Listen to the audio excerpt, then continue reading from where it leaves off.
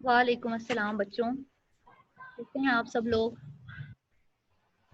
बल्कि सारी अल्लाह का क्लास शुक्र। कैसी है, क्या कर रही है? मैं फ्री बैठे थे अभी तो। क्लास ले रहे थे? नो मैम, आज क्लास हुई नहीं। सर जैदी साहब की थी, उनके फादर की भी तबीयत नहीं ठीक, तो वो क्लासेस नहीं ले रहे। ओहो, अच्छा। अच्छा बच्चों, आपकी क्लास चलिए, मैं तो शायद उस टाइम पे ले भी नहीं थी सकती, वरना मैं तब ले लेती, लेकिन इससे पहले मेरी अपनी क्लास हो रही थी। जी मैम।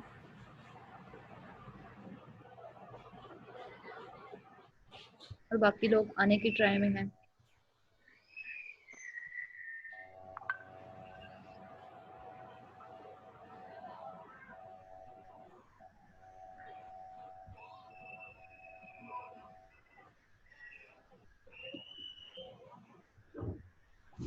जी बच्चों, आप लोगों ने पढ़ा था अपना चैप्टर कोई, या पढ़ने की कोशिश की थी?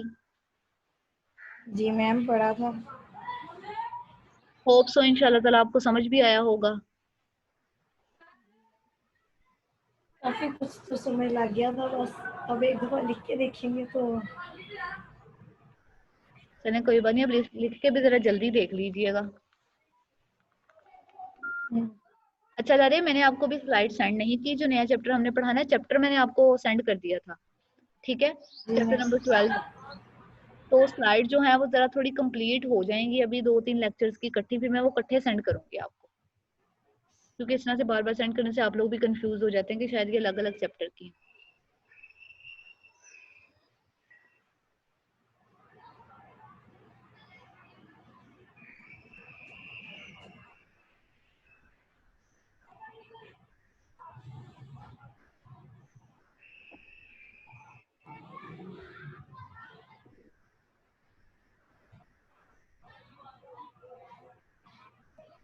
चलो बच्चों, वेट कर लेते हैं अभी आपका। मैम दरअसल पहली क्लास थी ना, और इस वजह से। इस वजह से सारे अब इधर उधर गए होंगे।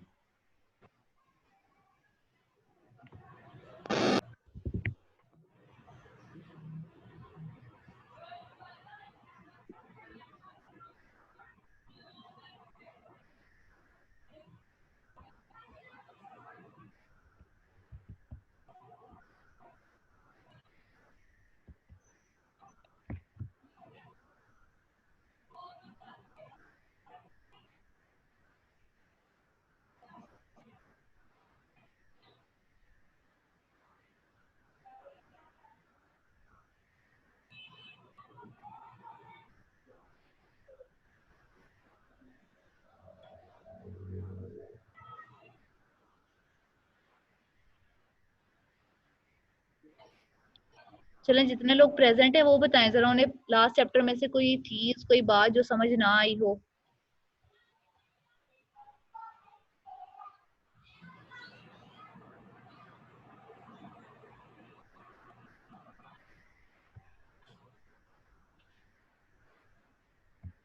क्लास। क्लास जागेगी तो उन्हें पता चलेगा।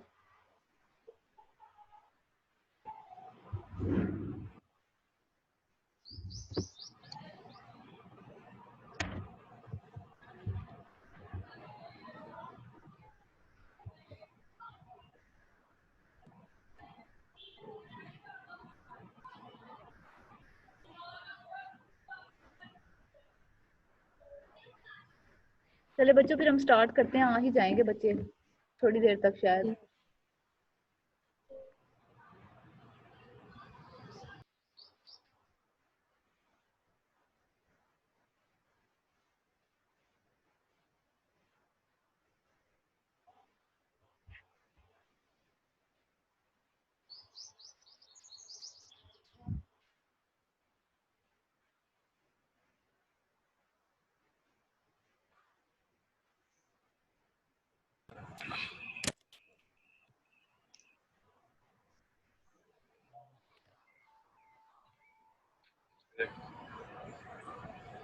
जी जी बच्चों।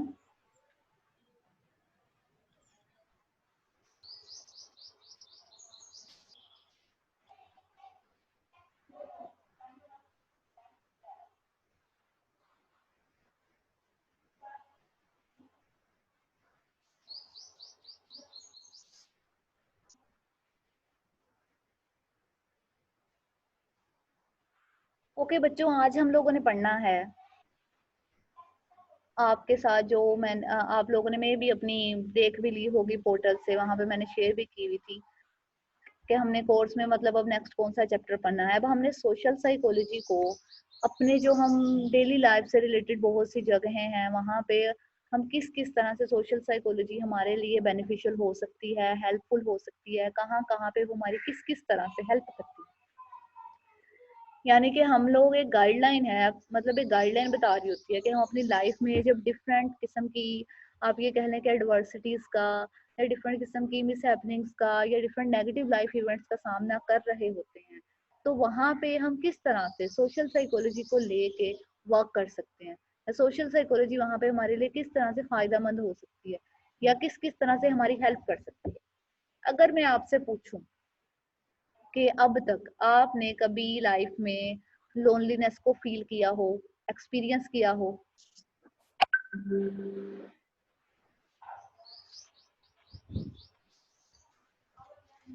एमएससी में आप लोगों से क्वेश्चन कर रही हूँ।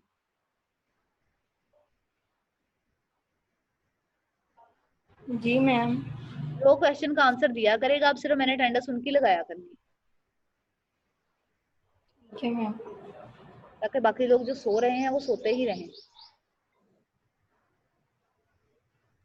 अच्छा बच्चों, हम में से सब लोग मतलब कहीं ना कहीं किसी ना किसी पॉइंट पे या किसी ना किसी टाइम पे अपनी लाइफ में कहीं ना कहीं हम लोग लोनलीनेस फील कर रहे होते हैं। फॉर एग्जाम्पल, जब आप में से कोई ऐसा पर्सन होगा जो यूनिवर्सिटी में, कॉलेज में, या जब आप लोगों ने एक स्कूल छोड़ के कॉलेज में एडमिशन लिया होगा, वहां पे हो सकता है आप में से किसी का कोई दोस्त ही ना हो, वहां पे कोई आपके साथ पुराना यूनिवर्सिटी फेलो गया ही ना हो। इसी तरह जब आप लोग, लेकिन हमारी जो लोनलीनेस, हम ये नहीं कह सकते कि हम एक लोनलीनेस को एक लंबे अरसे तक एक्सपीरियंस करते हैं, क्योंकि हम सब लोग as a human beings different group से जुड़े होते हैं। अच्छा बच्चों, मैं अपना क्वेश्चन दोबारा रिपीट कर देती हूँ। मैं आपसे ये पूछ रही हूँ कि हम लोग, यानी कि हम सब लोगों ने अपनी लाइफ में कहीं ना कहीं किसी ना किसी टाइम पे या किसी ना किसी पॉइंट पे लोनलीनेस को एक्सपीरियंस किया होता है। फॉर एग्जाम्पल, आप लोगों ने जब अपना स्कूल चेंज किया होगा या चले अपना कॉलेज चेंज किया होगा या यूनिवर्सिटी में आए हैं, तो आपकी क्लास चेंज हो जाती है, आप एक नई जगह पे जा रहे हैं। वहां पे हो सकता है आप में से कुछ लोगों ने तो ऐसी जगह पे एडमिशन लिया हो कि जहाँ पे उनके साथ उनका कोई पुराना दोस्त गया ही ना हो, बल्कि हो सकता है उनमें से तो कुछ ऐसे हों कि जिनके साथ उनका कोई जानने वाला या क्लास फेलो भी ना गया हो या स्कूल का कोई और पर्सन भी ना गया हो। तो वहां पे जब आप लोनलीनेस फील कर रहे होते हैं, लेकिन वो लोनलीनेस कोई ज्यादा लंबी नहीं, वो लोनलीनेस हो सकता है एक दिन की हो कि आपका एक दिन के लिए, कुछ घंटों के लिए कोई दोस्त नहीं बना तो आप थोड़े कंफ्यूज हो रहे हैं। लेकिन आहिस्ता आहिस्ता जैसे जैसे आपने वहां पे ज्यादा टाइम स्पेंड करना शुरू किया है, आपने लोगों के साथ इंटरेक्ट करना शुरू किया, इंटरेक्शन आपका बढ़ा है, आपका कनेक्शन उनके साथ या कॉन्टेक्ट ज्यादा हुआ है, तो आहिस्ता आहिस्ता आपकी वो ही लोनलीनेस जो है वो खत्म हो जाती है। अगर हम इस चीज को भी ना देखें, तो अगर आप एक टाइम पे लोनलीनेस को फील कर भी रहे हैं, तो हम सब लोग किसी एक ही ग्रुप से तो बिलोंग नहीं कर रहे होते ना, हम सब लोग डिफरेंट ग्रुप से बिलोंग कर रहे होते हैं। हमारी फैमिली हमारा एक अलग ग्रुप है, हम जहाँ पे जाके पढ़ रहे हैं या काम कर रहे हैं, वर्क कर रहे हैं, वहां पे हमारा एक अलग ग्रुप है। इसके अलावा आपके कुछ बहुत से ऐसे दोस्त होते हैं जिनके साथ आप रोज फिजिकली उनके साथ वन टू वन आपका इंटरेक्शन नहीं होता, लेकिन चले आजकल के दौर में आईटी की वजह से या आपकी जो इंफॉर्मेशन टेक्नोलॉजी है या जो डिफरेंट गैजेट्स हैं, या आपके लिए थोड़े हेल्पफुल हैं और कई किसी ना किसी तरह से ब्लेसिंग भी हैं कि आप उनके थ्रू अपने डिफरेंट ग्रुप्स के साथ, अपने दोस्तों के साथ कांटेक्ट में रहते हैं, अपने रिलेटिव्स के साथ, अपने बहन भाइयों के साथ। तो हम एक लंबे अरसे तक लोनलीनेस को फील नहीं करते। हम लोनलीनेस को, कहा जाता है कि रिसर्चेस ये कहती हैं कि हम लोनलीनेस को तब ज्यादा या वो लोग ज्यादा फील करते हैं जो कि एक्चुअली खुद ही लोगों से कट के रहना चाह रहे होते हैं।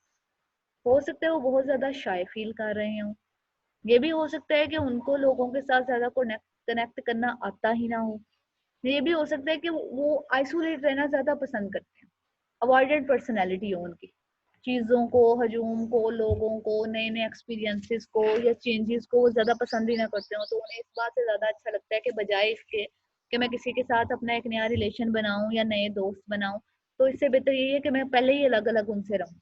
तो इस वजह से कहा जाता है कि हम लोनलीनेस फिर वहां पे या उस जगह पे ज्यादा फील कर रहे होते हैं। अब अगर लोनलीनेस को डिफाइन किया जाए तो क्या होगी बच्चों लोनलीनेस?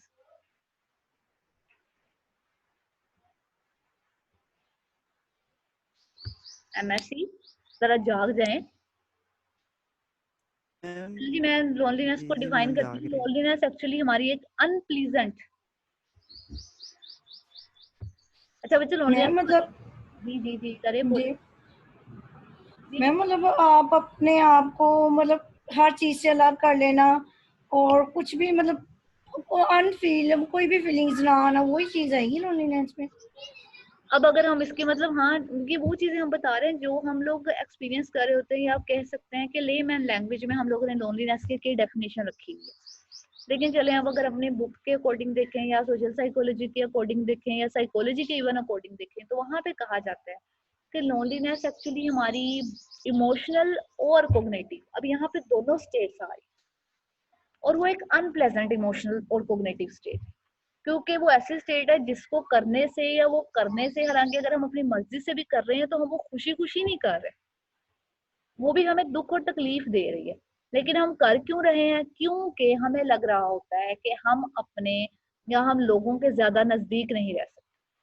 अब इसके पीछे रीजंस बहुत सी हो सकती हैं। क्या क्या हो सकती हैं? हो सकता है हमें लग रहा हो कि हम लोगों की तरह वैसा बोलते नहीं है, इसीलिए हम फलां ग्रुप में एडजस्ट नहीं कर सकते, या मेरी आदतें या मेरे जो हॉबीज हैं वो उनके जैसे नहीं है, तो इस वजह से वो लोग मुझे खुद ही दूर दूर कर देते हैं, या कहीं लोग मेरा मजाक ना उड़ाने लगते हैं, तो सिर्फ इस वजह से मैं लोगों से थोड़ा कट के रहता हूँ, या मुझे लगता है कि मेरे अंदर फलां फलां कमियां हैं, या मेरे अंदर फलां बुराइयां हैं, या मैं नहीं चाहता कि मेरी इस चीज के बारे में लोगों को पता चले, तो इस वजह से मैं लोगों के साथ अपने कांटेक्ट को बहुत ज्यादा अटेन करता ही नहीं हूँ। अब ये डिफरेंट रीजंस होती हैं। अब आपको उसकी डेफिनेशन भी पता चल गई है कि ये हमारी अनप्लेजेंट इमोशनल और कोग्निटिव स्टेट है, जिसको अगर हम अपनी मर्जी से भी अचीव कर रहे हैं या अटेन कर रहे हैं, तो उसके पीछे भी डिफरेंट साइकोलॉजिकल, आप कह सकते हैं कि एस्पेक्ट्स होते हैं। अब यहाँ पे अब लोनलीनेस ऑब्वियसली, अगर आप लोनलीनेस को ले रहे हैं तो उससे रिलेटेड बहुत से इफेक्ट्स हैं ना जो आपको फील करने पड़ते हैं। फिजिकल इफेक्ट्स में देखें तो आपकी हार्ट रेट पे उसका बहुत ज्यादा इफेक्ट होता है। आप एक्टिवली बहुत सी चीजों में पार्टिसिपेट ही नहीं कर पा रहे, क्योंकि आपको पता है, आपको आप सोचते हैं कि हमें पार्टिसिपेट करने की क्या जरूरत है, लोगों ने कौन सा हमारी तरफ ध्यान देना है, या लोग कौन सा मुझे अच्छा समझते हैं, तो इसलिए अगर मैं नहीं भी करूंगा, या लोग मुझे नहीं भी देखेंगे, या मैं उनसे अगर अलग भी रहूंगा, तो उससे मुझे कोई फर्क नहीं पड़ेगा। इसी तरह बहुत इसके बाद फिर आहिस्ता आहिस्ता हमारा वेट भी ओबेसली उससे रिलेटेड, फिर हम आहिस्ता आहिस्ता लोनलीनेस की वजह से डिप्रेशन में जाना स्टार्ट हो जाते हैं, साइकोलॉजिकल डिस्ट्रेस को फील करना शुरू कर देते हैं, हमें लाइफ से हमारी जो हैप्पीनेस आहिस्ता आहिस्ता खत्म हो जाती है, डिससेटिस्फेक्शन आना शुरू हो जाती है, सेल्फ ब्लेम बहुत ज्यादा बढ़ने लग जाता है, हम फ्यूचर के बारे में, इवन अपने प्रेजेंट के बारे में बहुत ज्यादा पैसिमिस्टिक हो जाते हैं। अब अगर यहाँ पे कहा जाए कि क्योंकि बच्चों हम सब, मैम जी जी जी पूछे पूछे बच्चों। मैम जैसे ये आजकल जो सिचुएशन है इसकी वजह से हम सोशल डिस्टेंस या यूनिवर्सिटी नहीं जी जा सकते, बाहर नहीं जैसे पहले हम लोग जाते थे, जी तो ये भी लोनलीनेस में आएगा? जी बच्चों, एक तरह से आप भी लोनलीनेस में चले गए ना, लेकिन अब जो लोनलीनेस है वो आपने अपनी मर्जी से नहीं की। यहाँ पे क्या हुआ है, यहाँ पे आपको मतलब यहाँ पे जो लोनलीनेस है, यहाँ पे आपको बाय फोर्स लोनलीनेस किया गया है। लेकिन बच्चों ये लोनलीनेस में आ नहीं भी रहा। अब आ क्यों नहीं रहा, अगर मैं आपसे पूछूं तो आपके माइंड में क्या इसका आंसर हो सकता है? क्योंकि मैम हम लोग अपने घर वालों के साथ में हैं। कि एग्जैक्टली बच्चों, क्योंकि अभी हम लोगों ने थोड़ी देर पहले पढ़ा कि लोनलीनेस में हम लोग किसी सिर्फ एक ही ग्रुप के साथ हमेशा जुड़े नहीं रहते, हम लोग at a time different groups के साथ जुड़े हुए हैं। हम अपने घर वालों के साथ रह रहे हैं, हम लोग डिफरेंट गैजेट्स के थ्रू, आपके पास अब मोबाइल है, आपके पास व्हाट्सएप ग्रुप्स हैं, आप अपने दोस्तों के साथ जब चाहे बात कर सकते हैं। इवन अगर आप अपने दोस्तों के साथ बात करने नहीं भी जा रहे, तो मोबाइल में आपके पास ऐसी बहुत सी चीजें हैं जिन्हें आप देख सकते हैं। तो वहां पे हम ये कह सकते हैं कि जो लोनलीनेस है वो बाज औकात अगर कोई दूसरा पर्सन हमें अलोन नहीं करता, हम खुद को खुद ही अलोन कर देते हैं।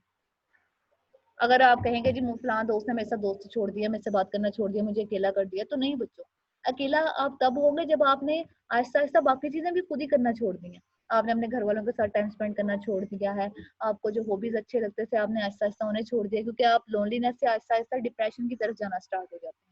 और डिप्रेशन में क्या होता है, आहिस्ता आहिस्ता आपकी एक्टिविटीज कम हो जाती है, एनर्जी कम होना स्टार्ट हो जाती है, डिफरेंट और आपके साइकोलॉजिकल और फिजिकल और इश्यूज अराइज होना स्टार्ट हो जाते हैं। और उन इश्यूज के अराइज होने की वजह से आहिस्ता आहिस्ता आपकी जो हेल्थ है वो और ज्यादा डिटोरिएट कर जाती है। समझ आइए बच्चों, क्लियर है? यस यहाँ पे एक अगर कोई मिनट चीज मैम, ना एक समझ आई हो। मिनट।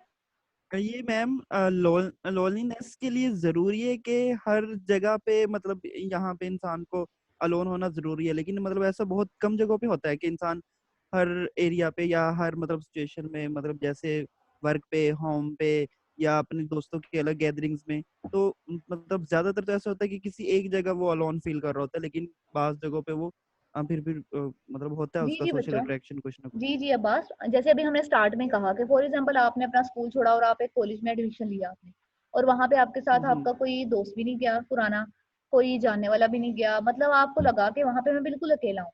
लेकिन आप वहां पे कब तक अकेले रहे हैं? हो सकता है आप सिर्फ पहले दिन अकेले रहे हो, और ये भी हो सकता है आप सिर्फ पहले 2-3 वो तो घंटे जाहिर अकेले है रहे। मैम, जैसे जब ही बंदा आपका एक जगह कॉन्टेक्ट जा हुआ रहा होता है दूसरे लोगों, मुसलसल, तो 2-4 दिनों तक वहां जी लाजमी जी, कोई ना कोई कॉन्टेक्ट हो जाते हैं। बल्कि 2-3 दिन तो तो बहुत ज्यादा है बच्चों। जैसे ही आप एक क्लास में एंटर होते हैं, एक डेस्क पे जाके बैठते हैं, तो वहां पे एक पर्सन बैठा हुआ है ना, मतलब वही, आप उसके साथ लोनलीनेस के चलें लिए बात मतलब ये करना स्टार्ट जरूरी करते नहीं हैं। है कि हर जी जी, जगह अलोन हो, किसी एक जगह भी हो सकता है तब भी। जी बच्चों, इसी तरह मतलब क्योंकि हम लोग डिफरेंट ग्रुप्स के साथ अलग अलग जगहों पे और अलग अलग तरीकों से जुड़े हुए हैं।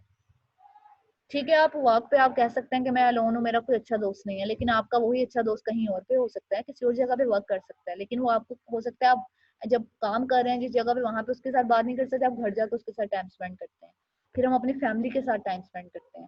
लेकिन लोनलीनेस में ज्यादातर ये होता है कि जब हम बिल्कुल अकेले हो जाएं, हमें लगे कि हमारा कोई दोस्त नहीं है, हमारा जहाँ पे हम काम कर रहे हैं वहां पे भी हम किसी के साथ इंटरेक्शन नहीं कर रहे, हम घर आ रहे हैं, इवन हम अपनी फैमिली के साथ नहीं रह रहे, फॉर एग्जाम्पल आप किसी और सिटी में जाके रह रहे हैं या आप किसी और कंट्री में जाके रह रहे हैं। अब उस कंट्री में भी अलोन आप तब होंगे जब आप खुद को अलोन खुद करना चाहेंगे। आप आहिस्ता आहिस्ता चीजों से खुद ही डीटैच होते जाएंगे, शाय फील करेंगे, आपको अवॉइडेंट पर्सनैलिटी होती जाएगी आपकी, कि चीजों को फेस ही नहीं करना। क्योंकि हम अलोन ज्यादातर तब भी होते हैं जब हमें लग रहा होता है कि हमारे ऊपर कोई पर्सनल अटैक ना करे। तो इसके डिफरेंट रीजंस इसके पीछे आ जाती हैं। जैसे आपकी बुक में उसने एक एग्जांपल लिखी हुई है कि फॉर एग्जांपल उसका उसे कहीं पे जॉब मिली आउट ऑफ द कंट्री। अब वहां पे जितने घंटे वो काम पे सर्व करता है वहां पे तो चले वो कोई ना कोई लैंग्वेज बोल लेता है, या चले जो भी ऑफिशियल लैंग्वेज है वहां पे उसने वो ऑफिशियल लैंग्वेज बोल ली है। लेकिन जैसे ही वो बाहर जाता है, लोगों से इंटरेक्ट करता है, वहां पे उसे समझ ही नहीं आती क्यों क्या हुआ, वहां पे लैंग्वेज चेंज हो गई। अब लैंग्वेज बैरियर आने की वजह से वो थोड़ी देर के लिए सिर्फ उस सिनेरियो में वहां पे अलोन फील करता है। लेकिन जैसे ही वो अपने अपार्टमेंट में जाता है या अपने घर जाता है, वहां पे जाके अपनी फैमिली के साथ कंटेक्ट करता है, अपने पुराने दोस्तों के साथ कंटेक्ट करता है, तो वहां पे क्या होता है, उसकी लोनलीनेस वहां पे खत्म हो गई है। और लोनलीनेस एक बहुत लंबी थोड़ा अरसा होता है इसमें, कि आप इतने अरसे तक के लिए अगर किसी से नहीं मिल रहे हैं, आहिस्ता आहिस्ता आप लोगों से दूर होते जा रहे हैं, लोग आपके साथ इतना इंटरेक्ट नहीं कर पा रहे हैं। अभी बच्चों आपने रिसेंटली एक इंडियन एक्टर की सुसाइड के बारे में सुना होगा, हो सकता है आप में बहुत से लोगों के लिए, इवन हम सब लोगों के लिए वो एक शॉकिंग न्यूज भी बनी हो एकदम से। जी अब मैम, वहाँ पे सुशांत सिंह। अब वहां पे हो क्योंकि उन लोगों का पार्टीज में जाना या वो चीजें, वो उन चीजों पे ज्यादा इंटरेक्ट कर रहे होते हैं एक दूसरे के साथ। अब जैसे ही ये लॉकडाउन हुआ है, चीजें एकदम से चेंज हुई हैं, तो बहुत लंबे अरसे तक वो लोग बाहर नहीं जा पा रहे थे, अपने घर में कैद थे, तो उनके लिए घर में कैद होना या उन चीजों के साथ रहना ज्यादा मुश्किल होता है। क्योंकि आप लोगों की लाइफ, मतलब हम लोग तो घर में ही बहुत सारे काम कर सकते हैं ना। अब हो सकता है लड़के अब जितने अरसे से घर में उन्हें लग रहा होगा इससे अच्छा तो यूनिवर्सिटी खुल जाए, क्योंकि घर में उन्हें हो सकता है किसी ना किसी काम के लिए घर से बाहर दौड़ाया जा रहा हो, ये फलां चीजें ले आए, अब ये ले आए, अब आपकी इस चीज के लिए हेल्प चाहिए। तो डिफरेंट तरीकों से लोनलीनेस हम पे अफेक्ट कर रही होती है।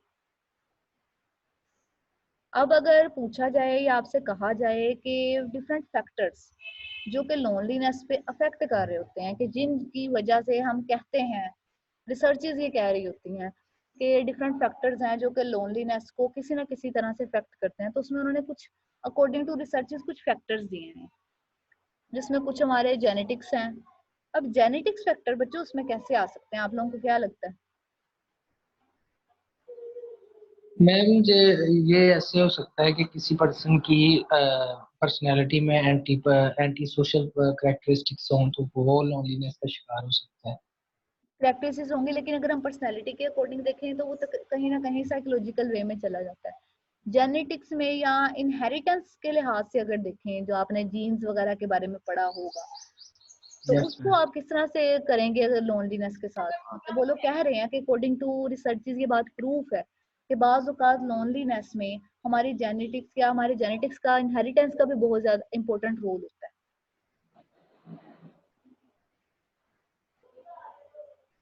तो आप लोगों को कैसे लग रहा है कि हमारे बायोलॉजी का उसमें क्या रोल हो सकता है बच्चों?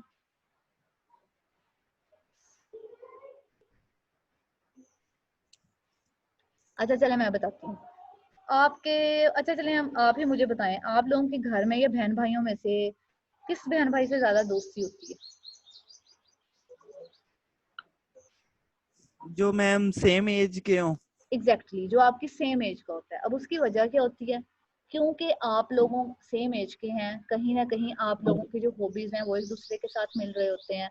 कहीं ना कहीं आप स्कूल में अगर जा रहे हैं तो आप तकरीबन एक क्लास में होते हैं, चलो आगे पीछे होंगे ना, एक अगर 10th में है तो दूसरा 9th में होगा, तो ज्यादा डिफरेंस नहीं होता।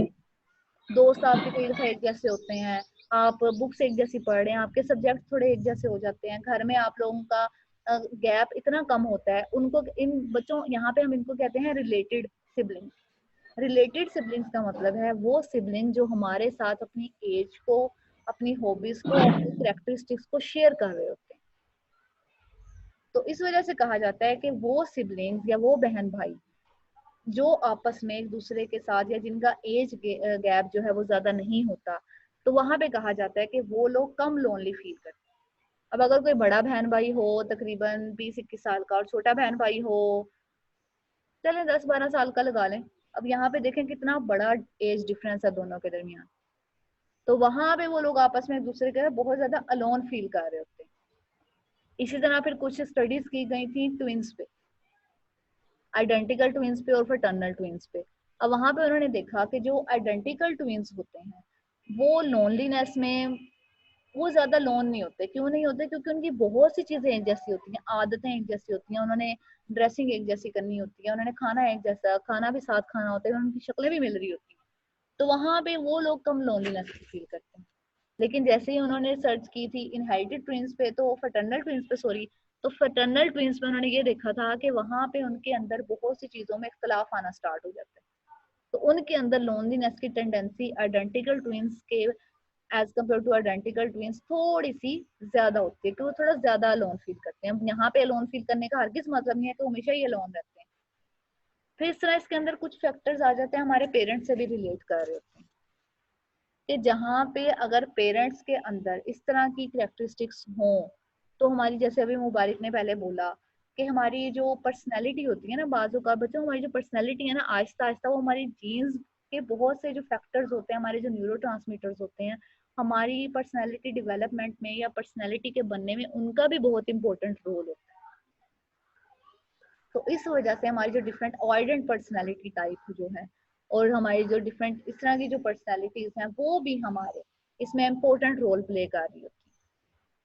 अच्छा, सेकंड फैक्टर उन्होंने यहाँ पे लिखा हुआ है इन्वायरमेंटल फैक्टर। अब इन्वायरमेंटल फैक्टर्स क्या हो सकते हैं?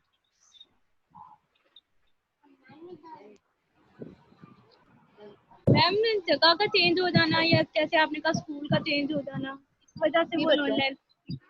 एग्जैक्टली जगह का चेंज हो जाना, या घर में ही लोग आपस में एक दूसरे के साथ बहुत ज्यादा घुल मिल के नहीं रहते, तो उसने भी यही चीज सीखी हुई है। या घर में अगर मैम इसमें फिर पेरेंटिंग स्टाइल आएंगे, जी जी जी बच्चों, पेरेंटिंग स्टाइल भी है। जी बच्चों इसमें पेरेंटिंग स्टाइल्स भी आ जाते हैं।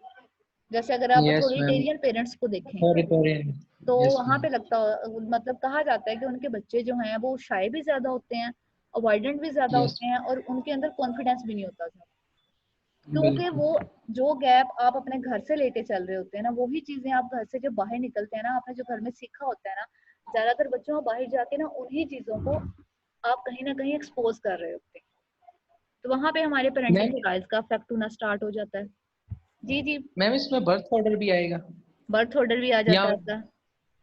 Yes ma'am. क्योंकि बर्थ ऑर्डर में किस तरह से आता है, कहा जाता है, मतलब अगर हम लोग अपने सिनेरियो में देखें, मतलब इससे रिलेटेड कोई रिसर्चेज इतनी ज्यादा नहीं है, लेकिन कहा जाता है कि जो फर्स्ट बोर्न बेबी होता है ना, पेरेंट्स उसके साथ उनका इंटरेक्शन ज्यादा होता है, क्योंकि शायद वो पहला बच्चा होता है और उसके लिए काफी तैयारियां शायरियां भी की जाती हैं, उसके लिए जो खुशी होती है या बाकी चीजें होती हैं वो ज्यादा होती है एज और कम्पेयर जो टू। मिडिल चाइल्ड होता है वो नेग्लेक्टेड होता है। जी मैंने कहा मैम जो मिडिल चाइल्ड होता है वो मुबारक, निगलेक्टेड कहीं होता आप है मिडिल वो। चाइल्ड तो नहीं है? नहीं मैम, मैं हूँ मिडिल, लेकिन आप लेकिन नेग्लेक्टेड नहीं है। मैं मैम इस तरह का हूँ कि जैसे फर्स्ट चाइल्ड की जैसी मेरी परवरिश हुई है। अच्छा, वैसे मिडिल चाइल्ड वाले अपने आप को ये कहते हैं, मतलब उन्हें हमेशा हर किसी से यही, इवन मे बी आप लोगों ने पहले साइकोलॉजी ना पढ़ी हो किसी ने भी, तो जब हम लोग घर में भी होते हैं ना, तो वहां पे कई दफा जो दरमियान वाला बहन भाई होता है ना, उसको बहुत सी बातों में वो हमेशा ये कहता भी है कि बड़ों की इज्जत मुझे सिर्फ इस वजह से करनी पड़ती है कि हर बात में मुझे ये कह दिया जाता है कि वो बड़े हैं, और उनकी बातें सब लोग इसी वजह से मान लेते हैं कि वो बड़े हैं जी, उनको ज्यादा पता है। छोटे वालों की मैम बात इस असल वजह से मानी जाती है कि वो छोटे हैं। तो ये चीज अगर आप यस मैम। साइकोलॉजी ना पढ़े, मतलब साइकोलॉजी में तो आपने बाद में पढ़ा होगा ना कि बर्थ ऑर्डर भी हमारी पर्सनैलिटी पे इफेक्ट करते हैं, तो देख लें हमारी जो नॉर्मल लाइफ है वो कितनी ज्यादा वहां पे हर हर जगह पे साइकोलॉजी होती है। लेकिन मुझे लगता है मैम कि ऐसा मिडिल क्यों होते हैं? जो मिडिल चाइल्ड होते मैम हैं वो ऑब्जर्वर बहुत अच्छे होते हैं, क्योंकि वो मैम चीजों। इसमें वैसे जी जी इसमें मतलब जो बर्थ ऑर्डर हो, अगर तो वो मतलब बेटा हो तो वो जी। मिडिल चाइल्ड भी हो तो वो उसकी केयर इसी तरह होती है जिस तरह फर्स्ट चाइल्ड की हो, according to our culture. Our society वो फिर एक उसकी एक वजह और भी होती है। उससे पहले ये हो कि अगर वो मिडिल चाइल्ड है और उससे पहले सिर्फ अगर बहनें और घर वाले चाह रहे हैं कि ऑब्वियसली फिर यस उसकी मैम। थोड़ी ज्यादा हो जाती है। लेकिन अगर आपके घर में यस पहले से दो बेटे हैं और तीसरा भी बेटा है, या आगे पीछे बेटा दरमियान में भी है, तो वो सब एक जैसे लगते हैं। तो बिल्कुल ये मैम। हमारा सोसाइटी में चीजें डिफरेंट होती जाती है। और वेरी आपको पता है गुड। बच्चों, जब आप लोगों ने बहुत दफा ओवर पॉपुलेशन के बारे में पढ़ा होगा अपने कंट्री में, या आपने इवन पढ़ा इंडिया में भी पढ़ा होगा ओवर पॉपुलेशन के बारे में, तो इन दोनों कंट्रीज में बेसिकली जो ज्यादा रीजन होती हैं, क्योंकि हम दोनों ने बहुत अरसे तक, मतलब हम लोग हम हमारे जो कंट्रीज हैं, हमने एक लंबे अरसे तक अपना जो कल्चर है वो एक दूसरे के साथ शेयर किया है। तो वहां पे क्या होता है कि हमारे सोसाइटी में या हमारे कल्चर में जो ये चीजें हैं, मतलब बेटा है उसको एक समझा जाता है कि जी वो हमारे बुढ़ापे में जाके हमारी बहुत ज्यादा हेल्प करेगा या इस तरह से होगा जो भी है। और ओवर पॉपुलेशन में एक रीजन वो ये बताते हैं कि इन दो कंट्रीज में अकॉर्डिंग टू रिसर्चेस के बाज़ औक़ात ओवर पॉपुलेशन इस वजह से भी बहुत ज्यादा बढ़ जाती है कि जो पेरेंट्स होते हैं वो बेटे के इंतजार में, आप बहुत से घरों में देखेंगे उनकी 7 8 8 बहनें होती हैं और सबसे छोटा भाई होता है। जी बिल्कुल मैम। तो मतलब ये भी एक रीजन बल्कि बकायदा ये रीजन कही जाती है अकॉर्डिंग टू रिसर्च। तो इसी वजह से अभी भी हमारे, मतलब हम लोग जितने भी पढ़ लिख जाएं, हम लोग भी सिर्फ ये बातें ही कर रहे होते हैं, लेकिन शायद अपने टाइम पे हम लोग भी बेटों को ज्यादा ही प्रेफरेंस दे रहे होते हैं। और हम लोग जितना मर्जी कह लें कि हम लोग अभी भी कहते हैं कि हम लोगों ने वुमेन एम्पावरमेंट की बात करते हैं या सब कुछ कर रहे होते हैं, लेकिन हमारे सोसाइटी के अकॉर्डिंग कहीं ना कहीं फीमेल्स की एक लिमिट होती है, उससे आगे जा ही नहीं पाती। वो खुद भी नहीं जाना चाह रही होती कई दफा, और कई दफा घर वाले भी उससे आगे मतलब डर रहे होते हैं, भाई डर रहे होते हैं या पेरेंट्स आपके डर रहे होते हैं, फादर डर रहे होते हैं। तो वहां पे उन चीजों को कहीं ना कहीं आपको फेस करना पड़ जाता है। अच्छा बच्चों, यहाँ पे हम लोग पढ़ रहे थे एनवायरमेंटल स्टाइल्स, जिसमें हम लोगों ने एनवायरमेंट के चेंज होने की बात की थी, हम लोगों ने बर्थ ऑर्डर की बात की थी, फिर पेरेंटिंग की बात की थी। इसके अलावा जो यहाँ पे आप लोग थर्ड फैक्टर देख रहे होंगे, हम लोगों ने बच्चों कुछ अटैचमेंट स्टाइल्स पढ़े थे, अटैचमेंट वाले अट्रैक्शन वाले चैप्टर में। तो वहां पे कहा जाता है कि जो हमारा अटैचमेंट स्टाइल्स है ना, स्पेसिफिकली जो अवॉइडेंट अटैचमेंट स्टाइल्स है, तो वहां पे क्या होता है कि वो लोग जो अवॉइडेंट अटैचमेंट स्टाइल के साथ रहते हैं या उन चीजों को ज्यादा फेस करते हैं, वो वैसे ही लोगों के साथ घुलना मिलना बिल्कुल भी पसंद नहीं करते। वो उन चीजों से ज्यादातर दूर रह रहे होते हैं। क्यों? अब वो ऐसा कर क्यों रहे होते हैं, अगर ये पूछा जाए, तो वहां पे ये बताया जाता है कि ये सारी चीजें हम सिर्फ लोग, बहुत से लोग ये सारी चीजें इस वजह से कर रहे होते हैं कि उन्हें ये लगता है कि उनकी अटैचमेंट क्योंकि अपने घर में लोगों के साथ ज्यादा नहीं थी, पेरेंट्स के साथ ज्यादा नहीं थी, बहन भाइयों के साथ ज्यादा नहीं थी, वहां पे उनकी बातों को सुना नहीं था जाता। तो ये चीज उनके माइंड में इतनी अच्छी तरह से बैठ गई थी कि उन्हें लगता था कि वो अगर एक प्रैक्टिकल फील्ड में जाएंगे या घर से बाहर भी जाएंगे, क्योंकि हमारे लिए घर एक सिक्योर जगह होती है, हमें लगता है वहां पे हमारी सारी बातें मानी जाएंगी। तो उन्हें लगता है कि जब वो यहाँ से बाहर जाएंगे तो उनकी बात अगर कोई घर में नहीं सुन रहा, तो यही बातें एक जो बाहर वाला पर्सन है जिसे आप बिल्कुल भी जानते नहीं है, जो कि आपके लिए अजनबी है, और वहां पे अभी आपने इंटरेक्शन जाके इवन उसके साथ करना है, तो वो आपकी बातों को किस तरह से सुन सकता है। तो वहां पे इस वजह से भी चीजें जो है वो आहिस्ता आहिस्ता चेंज हो जाती हैं। अच्छा बच्चों, अब यहाँ पे डिफरेंट रिसर्चेस से रिलेटेड जो भी डिफरेंट आप कह सकते हैं कि एस्पेक्ट्स हमने अभी पढ़े हैं, उनको रिसर्चेस के अकॉर्डिंग उन्होंने समराइज किया हुआ है। अब इस समरी में उन्होंने सबसे पहले, जैसे आप लोगों को नजर भी आ रहा होगा, मतलब कि हम लोग अगर इन चीजों को या डिस्पोजिशनल लोनलीनेस की तरफ जाते हैं, what is meant by dispositional loneliness? Dispositional loneliness का मतलब बच्चों होता है कि हम लोग डिफरेंट जगहों पे या डिफरेंट सिचुएशंस के अकॉर्डिंग या डिफरेंट आप कह सकते हैं कि इवेंट्स के अकॉर्डिंग जब लोनलीनेस को एक्सपीरियंस करते हैं या लोनलीनेस को अडॉप्ट कर रहे होते हैं, तो उसके पीछे कुछ कुछ रीजंस होते हैं। अब यहाँ पे हम लोग एक्चुअली वो रीजंस देखने जा रहे हैं कि वो कौन कौन सी रीजंस हो सकती हैं, जिसमें उन्होंने सबसे पहले प्री डिस्पोजिंग फैक्टर्स में बताई हैं आपकी जेनेटिक डिटर्मिनेंट्स हैं, पेरेंट चाइल्ड का इंटरेक्शन है, सोशल लर्निंग एक्सपीरियंस है। अगर आपकी सोशल लर्निंग पीयर के साथ ज़्यादा अच्छी नहीं है, घर वालों के साथ ज़्यादा अच्छी नहीं है, तो ऑब्वियसली आपकी सोशल स्किल्स जो है वो भी बहुत ज़्यादा अडेप्ट नहीं हो पाती हैं, आप बहुत ज़्यादा डेवलप नहीं कर पाते उन चीज़ों के बारे में। अब अगर आपने देखा होगा आपकी क्लास में बहुत से लोग हैं जिन्हें दोस्त बनाने में सबसे ज़्यादा मुश्किल पेश आई होगी जब वो नए नए आए होंगे। अब ये तो लरेब बता सकती हैं कि क्लास में ऐसे कौन से लोग थे कि जिन्हें दोस्त बनाने में या दूसरों से दोस्ती करने में थोड़ा सी डिफिकल्टी को फेस करनी। कासिम भाई मैम। लेकिन मुझे तो लगता है कासिम बोलता है क्लास आसिम।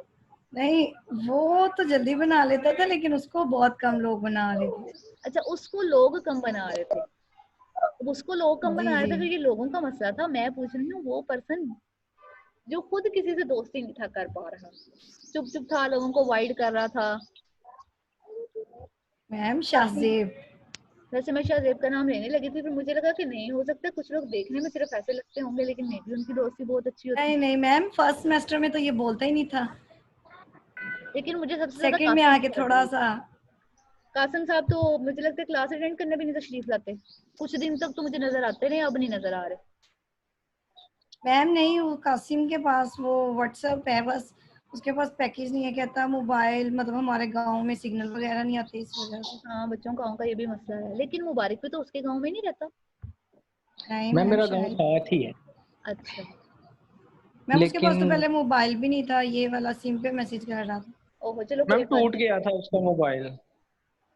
अच्छा, चले उसे कहिएगा कि फिर बता दिया करे ग्रुप में, लेकिन ग्रुप में सिर्फ वो बच्चे अटेंडेंस बताया करें जिनका कोई मसला होता है। अब रोज तो आई मुझे नहीं लगता कि रोज ही आप लोगों की लाइट ऑफ हो जाती है, रोज ही आप लोगों के नेट का मैम मसला। पहले आप इन्हीं से पूछे, सारे बच्चे इधर भी प्रेजेंट होते हैं और उधर भी प्रेजेंट बोलते हैं, हमें समझ नहीं लगती कि वो अब अगर किसकी मुझे दो अटेंडेंस दो लगा जगह है। पे दो प्रेजेंट नजर आए तो इसका मतलब है मैंने दोनों को एब्सेंट मार्क कर दिया, फिर ही आप लोगों ने मैम मैं तो नहीं, आपका नहीं, मैंने तो मैं कहा ये शायद सिर्फ उन वहां लोगों पे का भी कह रही हूँ अटेंडेंस जिन्होंने होती कल है। ये हरकत की थी। और मैम अच्छा, तकरीबन आज भी। चलिए आज मैं जाकर मैं तो देखती हूँ इसलिए ग्रुप में। अच्छा बच्चों, ये तीन फैक्टर थे जो हमारे प्री डिस्पोजिंग फैक्टर थे। अच्छा बच्चों, प्री डिस्पोजिंग फैक्टर्स क्या होते हैं? एमएससी आपको कुछ पता है, मतलब पढ़ा है कहीं वर्ड? आज प्लीज बोल लिया करें। मैम पता नहीं कहाँ हमारी क्लास गायब होती है अच्छा सबकी। बच्चों, प्री डिस्पोजिंग फैक्टर्स का मतलब होता है वो फैक्टर्स जो कि पहले से मौजूद होते हैं किसी चीज का बाइस बनने के लिए, या उस चीज को आप ये कह लें कि हाइप देने के लिए या उसके ग्रोथ के लिए। अब अगर इन द रिजल्ट, मतलब अगर आपके पास पहले कोई ऐसे जेनेटिक्स फैक्टर्स हैं, पेरेंट चाइल्ड।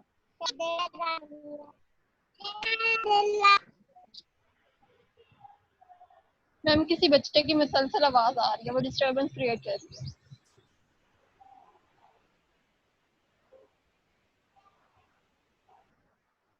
अच्छा बच्चों, अगर आपके पास प्री डिस्पोजिंग फैक्टर्स का मतलब ये होता है कि वो फैक्टर्स जो कि आपके लिए कहीं ना कहीं प्रॉब्लम क्रिएट कर सकते हैं, मतलब आप उस प्रॉब्लम के पीछे कोई ना कोई बेस है, लेकिन वो बेस, मुझे आप कह सकते हैं कि उस प्रॉब्लम की कोई ना कोई रूट है, लेकिन रूट तब ज्यादा ग्रो करने लग जाती है जब उसे वैसी कंडीशंस मिलना स्टार्ट हो जाती हैं।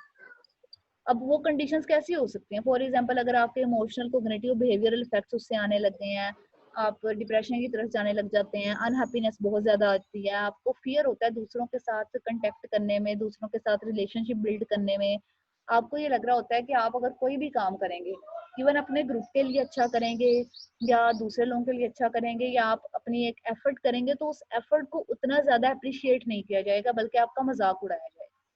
तो ये एक नेगेटिव इफेक्ट्स होते हैं जब जेनेटिक्स के अकॉर्डिंग जो आहिस्ता आहिस्ता डेवलप हो रहे होते हैं।